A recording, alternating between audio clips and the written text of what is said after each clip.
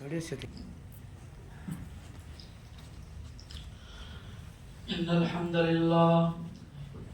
نحمده ونستعينه ونستغفره ونعوذ بالله من شرور أنفسنا ومن سيئات أعمالنا من يهده الله فلا مضل له ومن يضلل فلا هادي له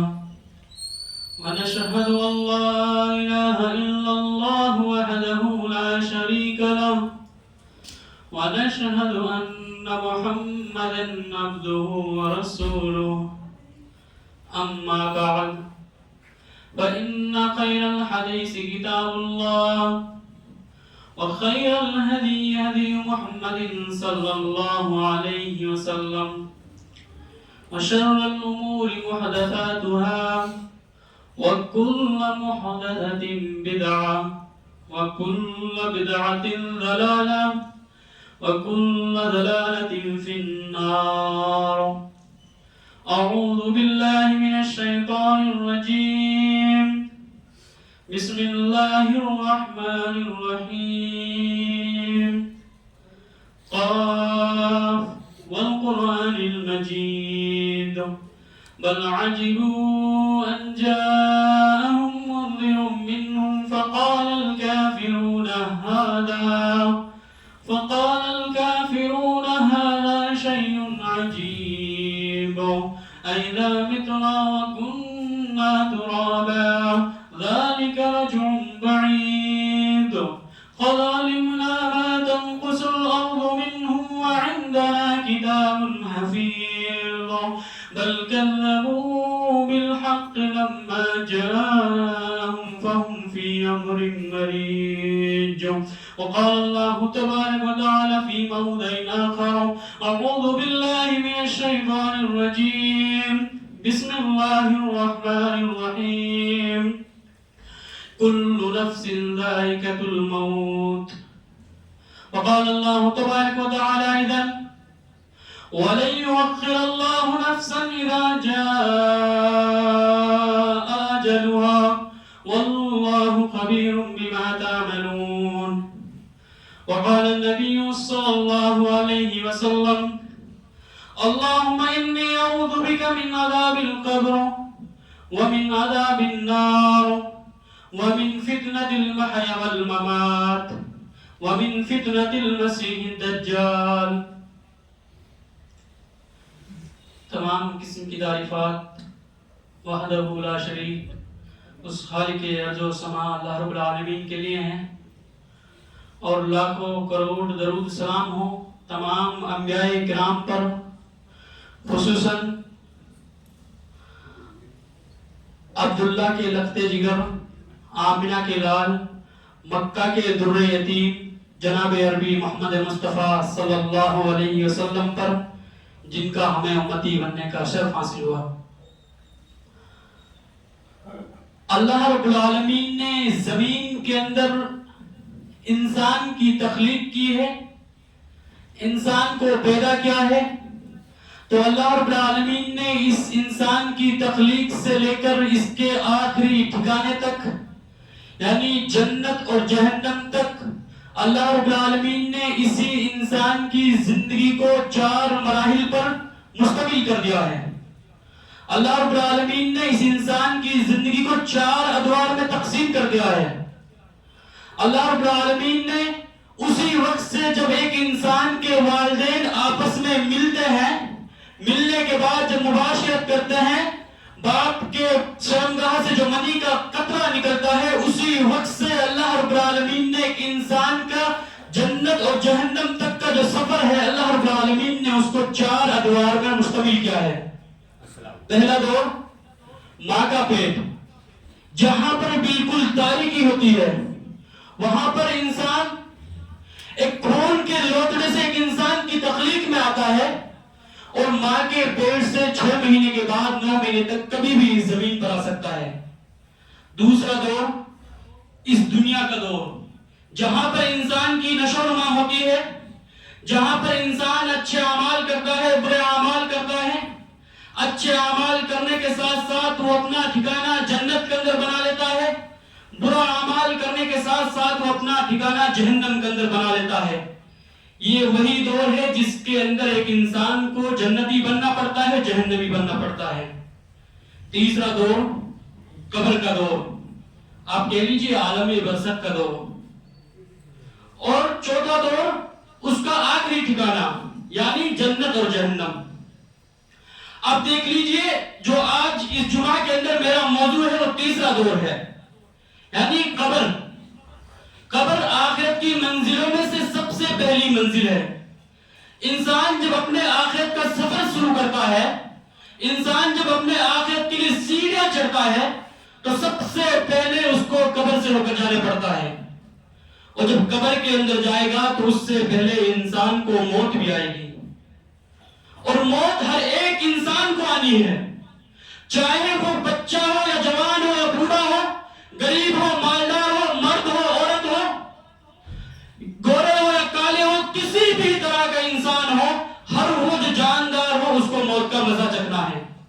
اللہ رب العالمین قرآن مجید کے اندر ارشاد فرماتا ہے کہ محمد آپ سے پہلے بھی ہم نے کسی کو ہمیشگی نہیں دی ہے،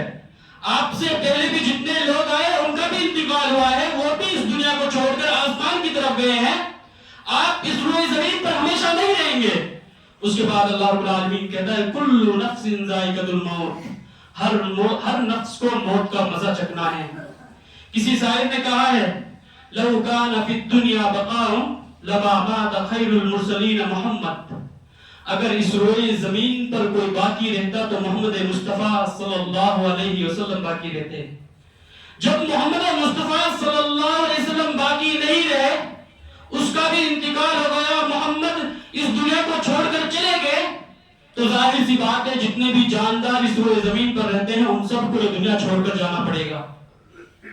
یہ آیت اللہ رب العالمین نے مشرکین کے بارے میں نازل کی تھی۔ جب اللہ کے رسول مشرکین کو دعوت دیتے تھے توحید کی تو وہ کیا سمجھتے تھے کہ ہم لوگوں کو مرنا نہیں ہے۔ اس وقت اللہ رب العالمین نے کہا محمد سے اے محمد ذرا ان کو بتلائیے کہ جو محمد ہے یہ بھی سوئے زمین پر باقی نہیں رہے گا، تم تو پھر بھی مشرک ہو، مشرک کس طرح سے باقی رہ سکتے ہیں؟ میں تو اللہ رب العالمین کا نبی ہوں، میں تو اللہ رب العالمین کا پیغمبر ہوں، جب میں سوئے زمین پر باقی نہیں رہ سکتا تو تم لوگ کیسے باقی رہ سکتے ہو؟ اس کے لیے ہم کو حضرت ابو ہریرہ رضی اللہ تعالی عنہ کی وہ مشہور حدیث دیکھنی چاہیے جو صحیح بخاری حدیث نمبر 1339 اور صحیح مسلم 2372 کے اندر آئی ہے۔ نبی اکرم صلی اللہ علیہ وسلم نے فرمایا حضرت موسیٰ علیہ السلام کے پاس ایک فرشتہ آیا، اللہ رب العالمین نے اس کو موسیٰ علیہ السلام کی روح قبض کرنے کے لیے بھیجا۔ جب وہ فرشتہ حضرت موسیٰ علیہ السلام کے پاس آیا تو حضرت موسیٰ علیہ السلام نے اس کو تھپڑ مارا، تھپڑ مارنے کی وجہ سے اس فرشتے کی آنکھ پھوٹ گئی۔ اس کے بعد وہ فرشتہ اللہ رب العالمین کے پاس گیا، اللہ رب العالمین کو پورا معاملہ بتایا، اللہ رب العالمین نے اس فرشتے کی آنکھ کو ٹھیک کر دیا۔ اس کے بعد کہا کہ پھر دوبارہ جاؤ موسیٰ کے پاس اور موسیٰ سے کہو کہ ایک بیل پر ہاتھ مارے اور ہاتھ میں جتنے بھی بال آئیں گے ایک بال کے بدلے میں اس کی 1 سال بڑھا دی جائے گی۔ تو فرشتہ حضرت موسیٰ علیہ السلام کے پاس آتا ہے، حضرت موسیٰ علیہ السلام سے کہتا ہے کہ ایسا کرو ایک بیل پر ہاتھ مارو اور تمہارے ہاتھ کے نیچے جتنے بھی بال آئیں گے ایک بال کے بدلے میں تمہاری 1 سال بڑھا دی جائے گی۔ حضرت موسیٰ علیہ السلام نے کہا ہے کہ اللہ رب العالمین پھر اس کے بعد اللہ رب العالمین نے کہا ہے کہ اس کے بعد پھر بھی موت آنی ہے۔ تو حضرت موسیٰ علیہ السلام نے کہا تب بھی موت آنی ہے، اب بھی موت آنی ہے، ابھی مجھے موت آ جائے، مجھے ابھی اسی وقت موت منظور ہے۔ یعنی انسان کا جو وقت لکھ دیا گیا ہے اللہ رب العالمین کی طرف سے اسی وقت انسان کی موت آئے گی۔ ایک سیکنڈ آگے بھی نہیں ہو سکتا، پیچھے بھی نہیں ہو سکتا۔ اس کے لیے آپ قرآن کریم کی آیت دیکھیے وَلَن يُؤَخِّرَ اللَّهُ نَفْسًا إِذَا جَاءَ أَجَلُهَا، اللہ رب العالمین ان کو 1 سیکنڈ تک بھی مہلت نہیں دے گا۔ جو وقت اللہ رب العالمین نے ان کا مقرر کر دیا ہے اسی وقت ان لوگوں کو انتقال ہوگا، یعنی اسی وقت وہ لوگ اس دنیا کو چھوڑ کر جائیں گے۔ یعنی انسان کی موت ہوگی، موت کے بعد پھر انسان کو قبر کے اندر دفنایا جائے گا۔ یہ قبر ہے کیا چیز؟ ہم لوگوں نے سوچ رکھا ہے قبر ایک مٹی کا گھر ہے، جس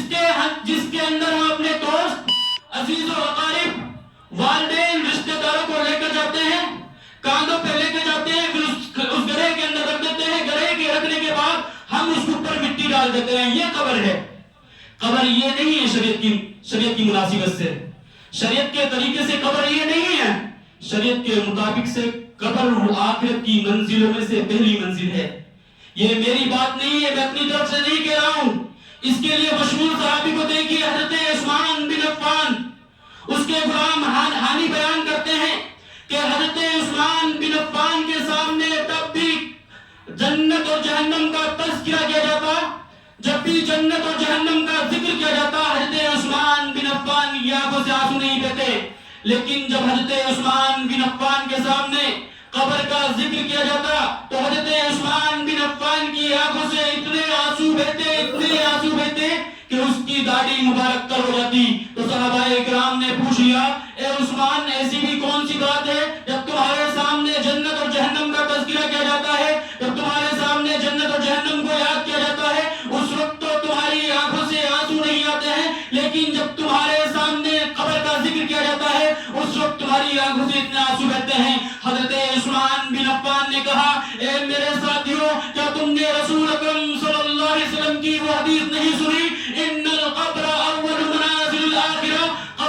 قبر کی منزل آخرت کی منزلوں میں سے سب سے پہلی منزل ہے۔ جو شخص اس کے اندر کامیاب ہو گیا، ایسر منہا، جتنی بھی منزلیں آتی رہیں گی، جتنی بھی سیڑھیاں آتی رہیں گی، جتنے بھی مرحلے آتے رہیں گے، تمام کے تمام مرحلے میں انسان کامیاب ہوتا چلا جائے گا۔ اگر ایک انسان قبر ہی کی منزل میں ناکام ہو گیا، فیل ہو گیا، کامیاب نہیں ہوا، جتنی بھی منزلیں آئیں گی، اشد منہم، جتنے بھی مراحل آئیں گے، جتنی بھی سیڑھیاں آئیں گی، تمام کی تمام سیڑھیوں میں وہ انسان ناکام ہوتا چلا جائے گا۔ قبر اسلام کے طریقے سے قبر کی تعریف یہ ہے، یعنی اس کو جو ہے اگر ایک انسان اسی قبر کے اندر کامیاب ہو جاتا ہے تو انسان آگے بھی کامیاب ہو جائے گا۔ اس کے بعد آپ دیکھ لیجئے، قبر کے اندر ایک انسان سے چند سوالات کیے جاتے ہیں۔ جب قبر کے اندر انسان کو بٹھا دیا جاتا ہے، اہل سنت و جماعت کا عقیدہ ہے کہ انسان سے قبر کے اندر 3 سوالات کیے جاتے ہیں۔ اگر کوئی شخص اچھا ہوتا ہے تو اس کو بے خوف بے نڈر قبر کے اندر بٹھایا جاتا ہے اور اس سے فرشتے پوچھتے ہیں، من ربک، تمہارا رب کون ہے؟ تو وہ کہتا ہے ربی اللہ، میرا رب اللہ ہے۔ پھر اس سے پوچھتے ہیں کہ ما دینک، تمہارا دین کیا ہے؟ وہ کہتا ہے کہ میرا دین اسلام ہے۔ پھر اس سے نبی اکرم صلی اللہ علیہ وسلم کے بارے میں پوچھا جاتا ہے، نبی اکرم صلی اللہ علیہ وسلم کے بارے میں سوال کیا جاتا ہے کہ تم اس شخص کے بارے میں کیا جانتے ہو؟ تو وہ کہتا ہے کہ یہ وہی شخص ہے جس کو اللہ رب العالمین نے آسمان سے اس زمین پر نبی بنا کر بھیجا، اور اس نے ہم کو اللہ رب العالمین کے بارے میں متنبہ کیا اور یہ کہا کہ اگر یہ کام کرو گے تو جنت کے اندر چلے جاؤ گے، اگر یہ کام کرو گے تو جہنم کے اندر چلے جاؤ گے۔ تو فرشتے اس سے کہتے ہیں کہ تو نے قرآن پڑھا، قرآن پڑھنے کی وجہ سے تو کامیاب ہو گیا، لیکن جب آج ہم اپنے معاشرے کے اندر نظر گھمائیں تو ہمارے کتنے ایسے بچے ہیں جو قرآن کی تعلیم سے روشنا نہیں ہے۔ ہمارے بچے قبر کے اندر جواب کہاں سے دیں گے؟ ان لوگوں کو ابھی سورہ فاتحہ نہیں آتی ہے، ان لوگوں کو تو آیت الکرسی نہیں آتی ہے۔ اگر اللہ نہ کرے اس کا انتقال آج شام کو ہی ہو جائے اور فرشتے اس سے پوچھ لیں من رب کا، تمہارا رب کون ہے؟ وہ بچہ کبھی مسجد اور مکتب میں پڑھنے کے لیے نہیں آیا، اس بچے نے کبھی بھی مدرسے کی شکل نہیں دیکھی، وہ بچہ کس طرح سے قبر کے اندر جواب دے دے گا ربی اللہ؟ وہ کس طرح سے کہے گا کہ میرا رب اللہ ہے؟ حدیث کے الفاظ ہیں، فرشتے جب اس سے 3 سوالات کر لیں گے تو فرشتے اخیر میں کہیں گے حقیقت میں تو نے قرآن پڑھا، قرآن پڑھنے کے ساتھ ساتھ تو نے اس پر عمل کیا، اسی وجہ سے آپ کو جنت کے اندر داخل ہو گیا۔ اور اس کے بعد جو انسان اللہ رب العالمین کا نافرمان ہوگا، اللہ رب العالمین کا نافرمان بندہ ہوگا، اس کو فرشتے قبر کے اندر خوف کے ساتھ بٹھائیں گے اور اس سے پوچھیں گے من رب کا، تمہارا رب کون ہے؟ وہ کہے گا ہا لا ادری، ہائے افسوس میں نہیں جانتا میرا رب کون ہے۔ اس کے بعد اس سے پوچھا جائے گا ما دینک، تمہارا دین کیا ہے؟ تو وہ پھر کہے گا ہا لا ادری، ہائے افسوس میں نہیں جانتا میرا دین کیا ہے۔ اس کے بعد پھر اس سے محمد مصطفیٰ صلی اللہ علیہ وسلم کے بارے میں سوال کیا جائے گا، اس سے پوچھا جائے گا تمہارا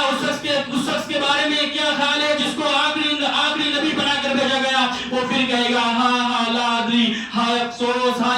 میں نہیں جانتا اس شخص کے بارے میں میرا کیا خیال ہے، میں تو جو لوگوں سے سنتا تھا میرے ذہن کے اندر تو صرف وہی چیزیں ہیں۔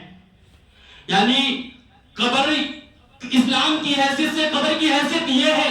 یعنی قبر کے لیے انسان کو تیاری کرنی چاہیے۔ قبر کے اندر اگر انسان ان 3 سوالوں کے جواب دے گا تبھی انسان حقیقت میں کامیاب ہوگا۔ اگر ان 3 سوالوں کے جواب نہیں دے سکا تو انسان کامیاب نہیں ہو سکتا۔ اور یہ بات بھی یاد رکھیے، اگر وہ شخص قبر ہی کے اندر ناکام ہو گیا، اگر وہ شخص جو ہے قبر ہی کے اندر کامیاب نہیں ہوا تو باقی جتنی منزلیں آئیں گی، جنت اور جہنم والی جتنی منزلیں آئیں گی وہ تمام میں تمام کے اندر ناکام ہوتا چلا جائے گا۔ اب آئیے دیکھیے، جب قبر کے اندر ایک انسان کو رکھا جاتا ہے تو قبر اس کو دبوچتی ہے، چاہے وہ مسلم ہو، کافر ہو، کوئی بھی ہو، یہاں تک کہ مومن کو بھی قبر دبوچتی ہے۔ اس کے بارے میں ہمیں حضرت عبداللہ بن عمر رضی اللہ تعالیٰ عنہ کی وہ حدیث دیکھنی چاہیے۔ حضرت عبداللہ بن عمر کی وہ حدیث جو سنن نسائی کے اندر آئی ہے،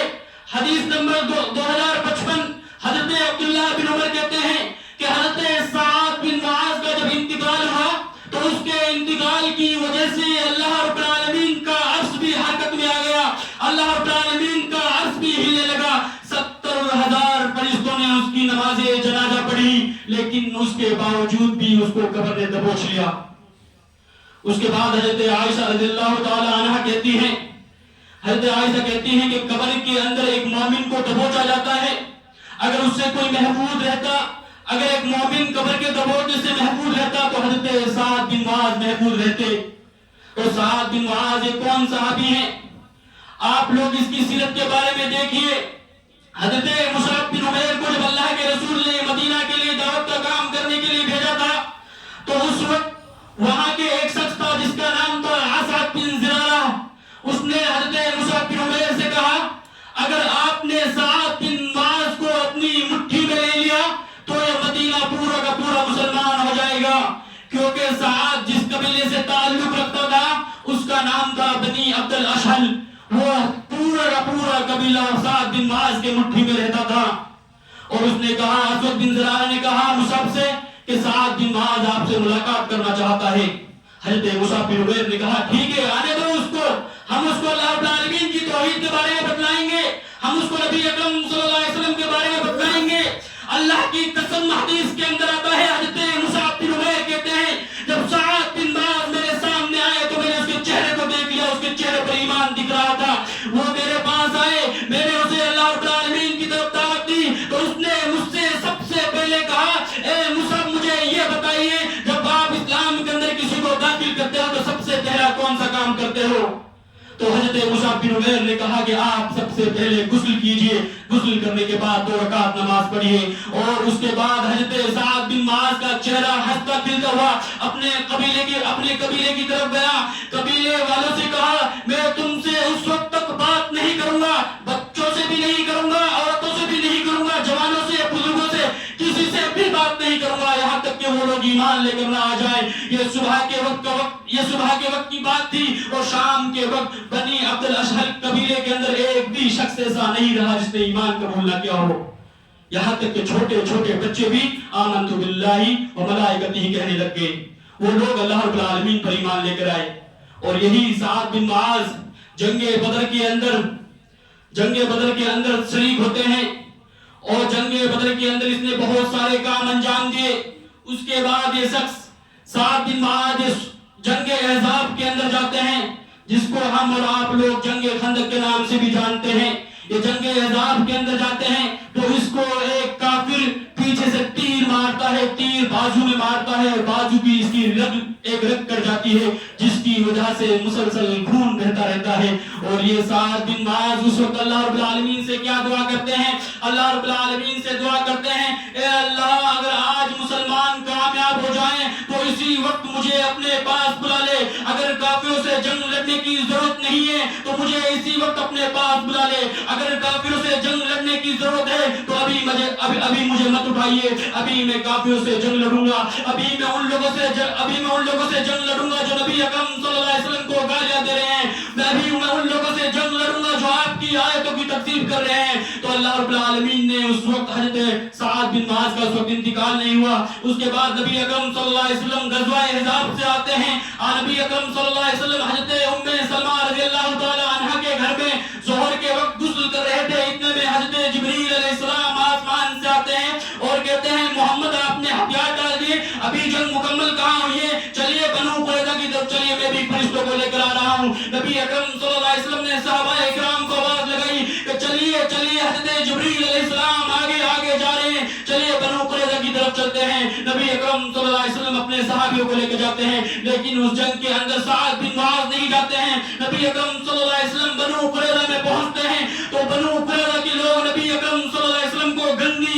گالیاں دے رہے تھے، نبی اکرم صلی اللہ علیہ وسلم کو برے القاب سے پکار رہے تھے۔ نبی اکرم صلی اللہ علیہ وسلم نے ان سے جنگ کرنے کے لیے کہا، لیکن اس وقت جنگ نہیں ہوئی۔ دوسرے دن مسلمانوں نے حملہ کیا تو ان لوگوں نے ہار مان لی۔ انہوں نے کہا کہ ہم اس جنگ کا ثالث یعنی تیسرا حصہ کسی کو مانتے ہیں تو سعد بن معاذ کو مانتے ہیں، بلائیے سعد بن معاذ کو، اگر سعد بن معاذ آتے ہیں تو ہم اپنے ہتھیار ڈال دیتے ہیں۔ نبی اکرم صلی اللہ علیہ وسلم نے سعد بن معاذ کو بلایا، اور اس کے بعد جب سعد بن معاذ ایک گدھے پر آئے، انہوں نے دیکھا کہ سعد بن معاذ سامنے سے آ رہے ہیں، انہوں نے اپنے ہتھیار نبی اکرم صلی اللہ علیہ وسلم کے سامنے رکھ دیے اور رسول اکرم صلی اللہ علیہ وسلم پر ایمان لے کر آگئے۔ اس وقت نبی اکرم صلی اللہ علیہ وسلم نے کہا، اس وقت حضرت سعد بن معاذ نے کہا، اے اللہ اگر میری اب جنگ مکمل ہو گئی ہو تو مجھے اپنے پاس بلا لے۔ حضرت سعد بن معاذ کی زبان سے الفاظ نکلے تھے، اس کے بعد سعد بن معاذ کو مسجد نبوی میں لے کر گئے، مسجد نبوی میں جس طرح لے کر گئے تو سعد بن معاذ کے لیے نبی اکرم صلی اللہ علیہ وسلم نے ایک خیمہ لگایا، خیمہ مسجد نبوی کے اندر لگایا تاکہ میں اس کی عیادت کر سکوں۔ حضرت سعد بن معاذ ایک دن لیٹے ہوئے ہیں، صحابہ اکرام کیا دیکھتے ہیں کہ مسجد نبوی سے خون بہ رہا ہے۔ حضرت عائشہ رضی اللہ تعالی عنہا کے پاس بھی کچھ لوگ تھے، ایک قبیلہ وہاں بیٹھا ہوا تھا، قبیلے والوں نے دیکھا کہ آج مسجد سے خون کیوں بہ رہا ہے، وہ دوڑ کر مسجد نبوی کے اندر آئے، حضرت سعد بن معاذ کا خیمہ دیکھا تو کیا دیکھتے ہیں، حضرت سعد بن معاذ کا جہاں زخم لگا تھا وہ زخم پھوٹ گیا اور حضرت سعد بن معاذ اس دنیا کو چھوڑ کر چلے گئے۔ اور جب اس کا انتقال ہوا تو اللہ کے رسول نے کہا یہ وہی سعد بن معاذ ہے۔ جب اس کا انتقال ہوا تو اللہ رب العالمین کا عرش بھی حرکت کرنے لگا، اللہ رب العالمین کا عرش بھی ہلنے لگا، اور یہی وہ سعد بن معاذ ہے جس کی جنازہ کی نماز میں 70,000 فرشتوں نے شرکت کی تھی۔ اس کے بعد اور حالانکہ اسی سعد بن معاذ کو قبر نے دبوچا، اور دبوچا کیوں، اس کے بارے میں ایک عالم حکیم الترمذی کہتے ہیں کہ اس کو قبر نے دبوچا صرف اس وجہ سے دبوچا کیونکہ یہ پیشاب کے چھینٹوں سے نہیں بچتے تھے۔ اور نبی اکرم صلی اللہ علیہ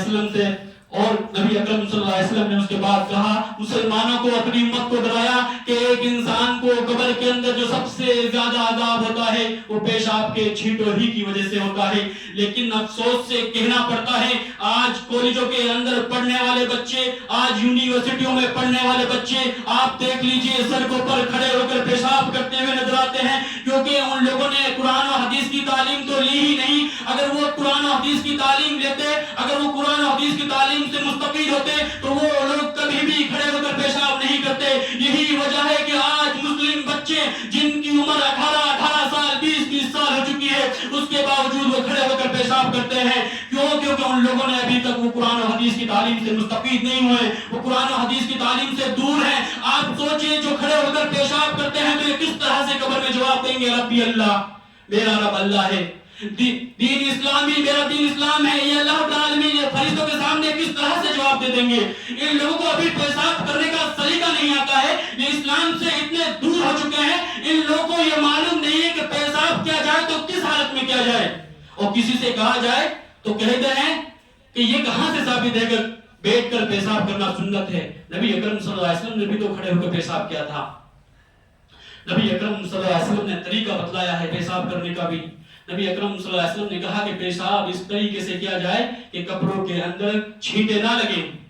پیشاب کے جو ہے نشانات کپڑوں پہ نہ دکھیں، اور ظاہر سی بات ہے جب ایک انسان مٹی پر کھڑے ہو کر پیشاب کرے گا تو پیشاب کی چھینٹیں تو ظاہر سی بات ہے اس کے کپڑوں پہ ہی لگے گی، اگر وہ بیٹھ کر پیشاب کرے گا تو اس کے کپڑوں پہ پیشاب کی چھینٹیں نہیں لگیں گی۔ ہاں ہم مانتے ہیں یہ چیز نبی اکرم صلی اللہ علیہ وسلم نے کھڑے ہو کر پیشاب کیا، ہم یہ بھی مانتے ہیں جو نبی اکرم صلی اللہ علیہ وسلم نے کھڑے ہو کر پیشاب کیا۔ آپ کہہ لیتے ہیں وہ حدیث ضعیف ہے، آپ کہہ لیتے ہیں نبی اکرم صلی اللہ علیہ وسلم نے کوڑی کے پاس پیشاب کیا، نبی اکرم صلی اللہ علیہ وسلم نے اگر کوڑی کے پاس پیشاب کیا تو نبی اکرم صلی اللہ علیہ وسلم بیٹھ کر بھی تو کر سکتے ہیں، بیٹھنے کے زیادہ فائدے ہیں۔ اگر نبی اکرم صلی اللہ علیہ وسلم نے کوڑی پر پیشاب کیا تو اس کے زیادہ امکانات یہ نکلتے ہیں کہ اس وقت جو ہے کپڑوں پہ زیادہ چھینٹیں لگیں، پھر بھی نبی اکرم صلی اللہ علیہ وسلم نے کھڑے ہو کر پیشاب کیا۔ کیوں کیا؟ ہم اس چیز کو مان تو رہے ہیں کہ نبی اکرم صلی اللہ علیہ وسلم نے کھڑے ہو کر پیشاب کیا، صرف ایک حدیث کی بنا پر ہم مان لیں کہ نبی اکرم صلی اللہ علیہ وسلم نے کھڑے ہو کر پیشاب کیا، نبی اکرم صلی اللہ علیہ وسلم کی پوری زندگی پڑ جائیے، نبی اکرم صلی اللہ علیہ وسلم کا وضو کا طریقہ دیکھ لیجئے، کتنے صحابیوں سے آتا ہے کہ نبی اکرم صلی اللہ علیہ وسلم پاخانے کے لیے جاتے، اتنی دور جاتے کہ نبی اکرم صلی اللہ علیہ وسلم کسی کو نظر نہیں آتے، کتنی حدیث سے ملتا ہے کہ نبی اکرم صلی اللہ علیہ وسلم بیٹھ کر پیشاب کرتے ہیں، صرف ایک ہی حدیث کو کیوں دلیل بنائیں کہ نبی اکرم صلی اللہ علیہ وسلم نے کھڑے ہو کر پیشاب کیا ہے، جب ہم لوگوں کو 100 200 لاکھوں کروڑ حدیثیں مل رہی ہیں کہ نبی اکرم صلی اللہ علیہ وسلم نے بیٹھ کر پیشاب کیا ہے، تو ہم لوگوں کو ان حدیثوں پر عمل کرنا چاہیے۔ اس کے بعد ایک سوال پیدا ہوتا ہے،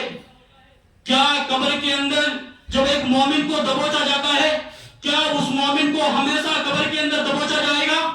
ایسا نہیں ہے، مومن اور کافر کے درمیان میں فرق ہے۔ مومن کو جب قبر کے اندر داخل کیا جاتا ہے اسی وقت مومن کو قبر کے اندر دبوچا جائے گا، اور کافر کو جو ہے ہمیشہ جب تک اس قبر کے اندر رہے گا اس سے دوچار ہونا پڑے گا۔ مومن کے لیے ایک مرتبہ دبوچا جائے گا، دبوچنے کے بعد اس کے لیے قبر کو کشادہ کر دیا جائے گا۔ اس کے بعد دیکھ لیجئے عذاب قبر یہ اللہ رب العالمین کے غیبی امور میں سے ہے، ہم لوگوں میں سے کوئی نہیں جانتا ہے کہ قبر کے اندر ایک بندے کو کیا عذاب ہوتا ہے، ایک بندے کو کن حالات سے گزرنا پڑ رہا ہے قبر کے اندر، ہم میں سے کوئی نہیں جانتا۔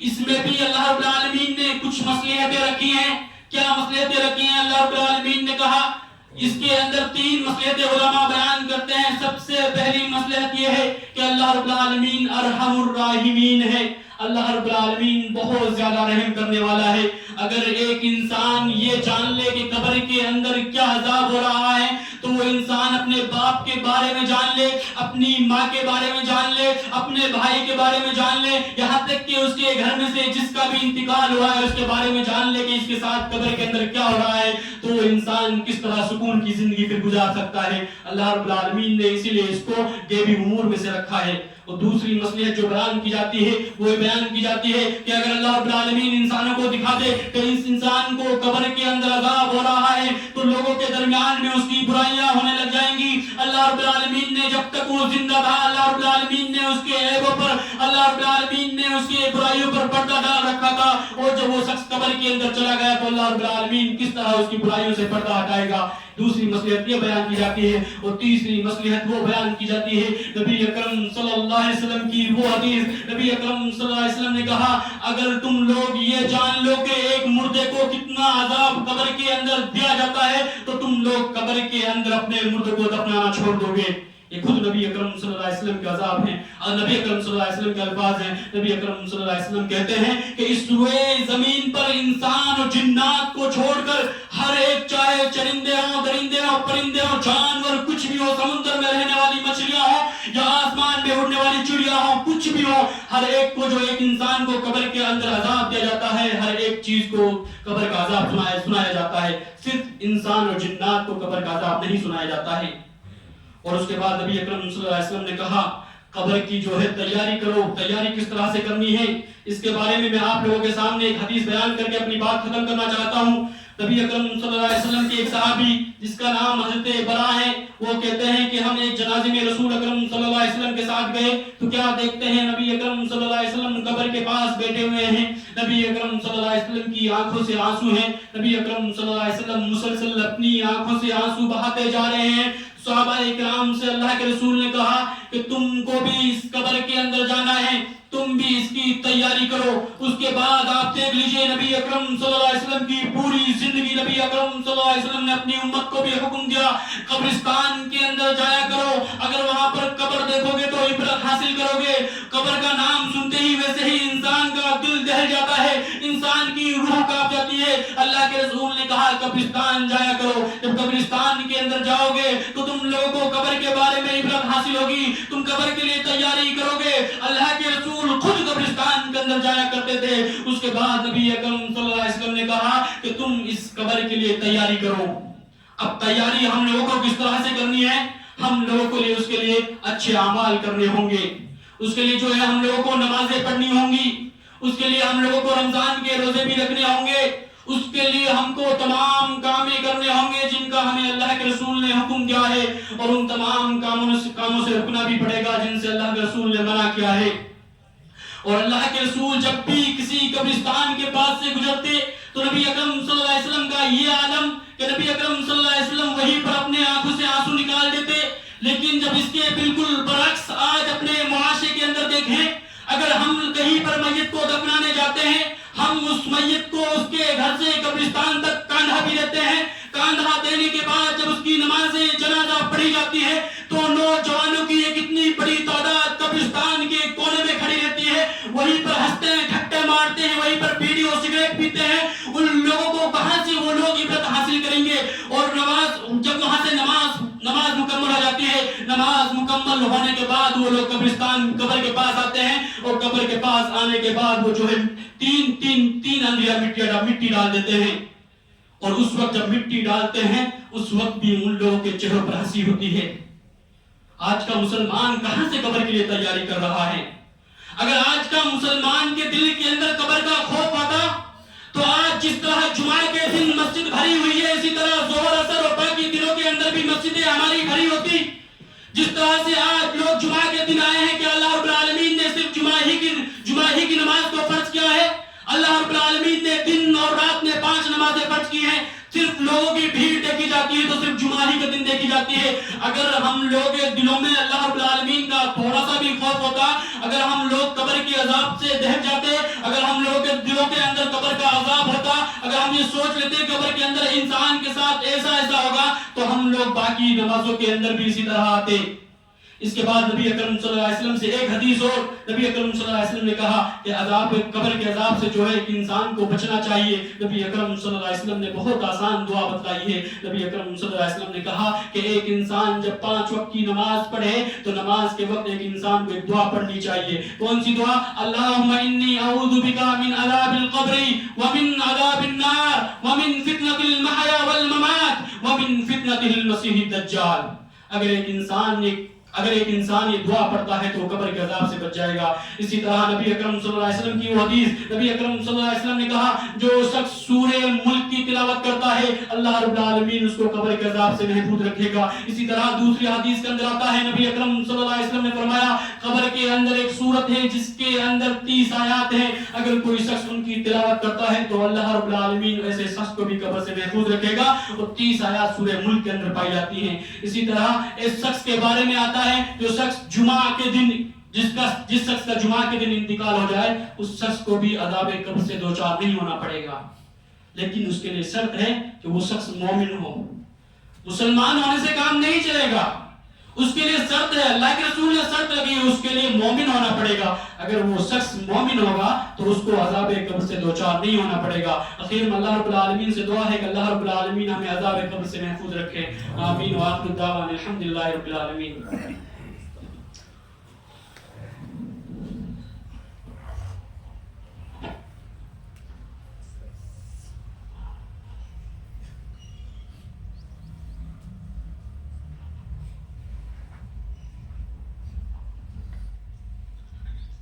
إن الحمد لله نحمده ونستعينه ونستغفره ونعوذ بالله من شرور أنفسنا ومن سيئات أعمالنا، من يهده الله فلا مضل له ومن يضلل فلا هادي له، ونشهد أن لا إله إلا الله وحده لا شريك له، ونشهد أن محمدا عبده ورسوله، أما بعد فإن خير الحديث كتاب الله وخير الهدي هدي محمد صلى الله عليه وسلم، وشر الأمور محدثاتها وكل محدثة بدعة وكل بدعة ضلالة وكل ضلالة في النار۔ اللهم صل على محمد وعلى آل محمد كما صليت على إبراهيم وعلى آل إبراهيم إنك حميد مجيد۔ اللهم بارك على محمد وعلى آل محمد كما باركت على إبراهيم وعلى آل إبراهيم إبراهيم إنك حميد مجيد إن الله يأمر بالعدل والإحسان وإيتاء ذي القربى وينهى عن الفحشاء والمنكر والبغي يعظكم لعلكم تذكرون اذكروا الله يذكركم وادعوه يستجب لكم